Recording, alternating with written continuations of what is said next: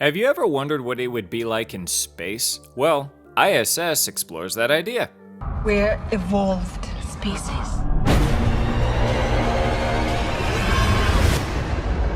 Now, believe it or not, I've actually been to space.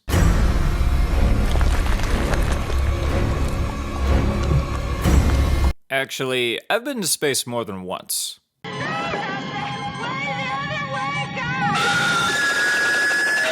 Dallas? I should probably stop going into space and spend more time here on Earth.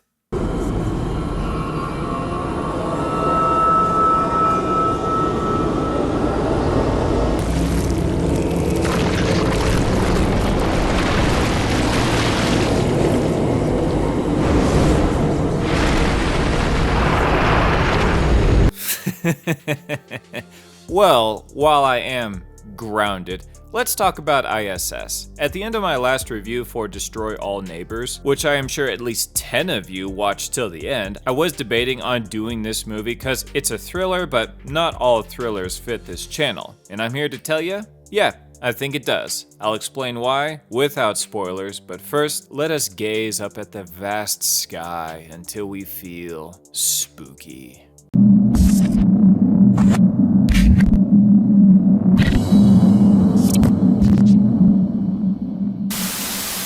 So I.S.S. is about a small crew of 6 people, 3 Americans and 3 Russians working on a joint space station that was established after the Cold War as a symbol of unity. While up above, the crew notices some big explosions going on the surface, so tensions get really high as the crew try to communicate with their countries down below. And unfortunately, with this crew of people that have become friendly over the weeks and for some months during their time on the station, their countries are bombing each other. So, what's going to happen with the crew?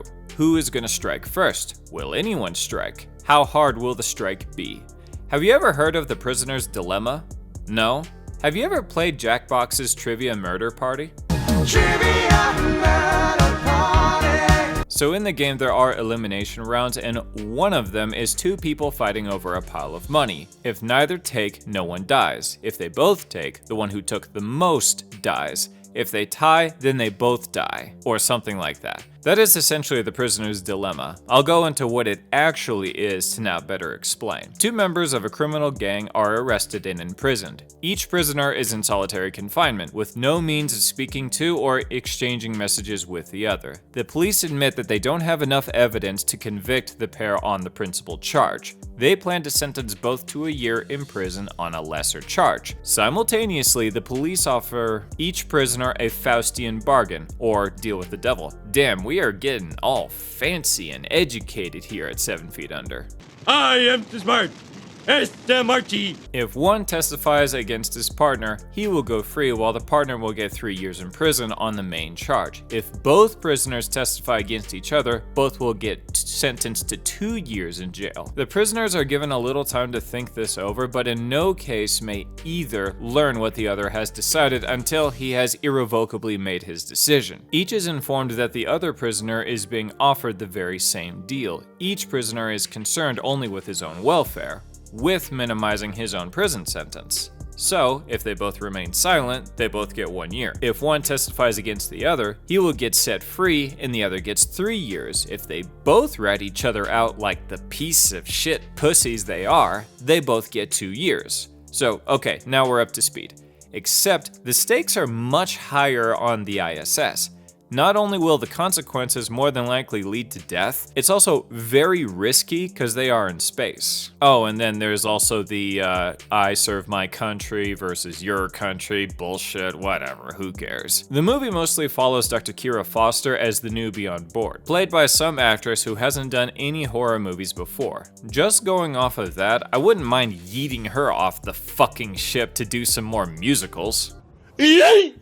There's also Barrett that we know from The Boogeyman, which I was a fan of, and Christian, who is in Hush, The Belko Experiment, 10 Cloverfield Lane, Underwater. Fucking get this man a horror award of some kind. And that makes up the American crew. The Russian crew has Veronica, who is in a lot of Russian stuff, at least one that looks like a horror. Also, she's the hotter of the two chicks in the movie, so I'll give her a pass. Nikolai, who is also in some Russian stuff, some American stuff, and at least one horror, so again, pass. And Alexei, who will forever be known as Euron Greyjoy. Normally, I'd yeet his ass into space, but since he did kill the sand snakes,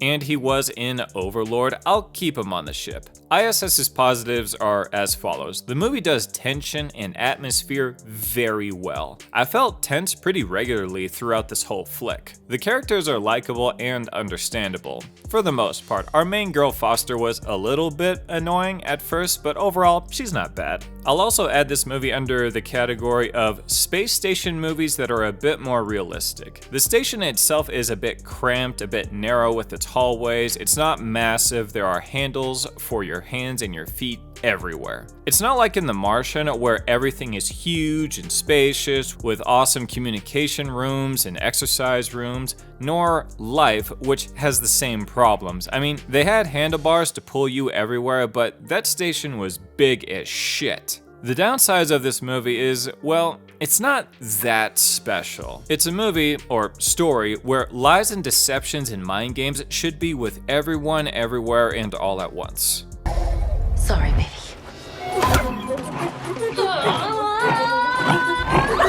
And it does happen, though it's not to a high enough level where it's making my brain spin about it. There are a few things that are a bit predictable, which is never a good thing in a very tight-knit film like this. But even so, overall, I liked it. It's pretty good, and I would recommend it.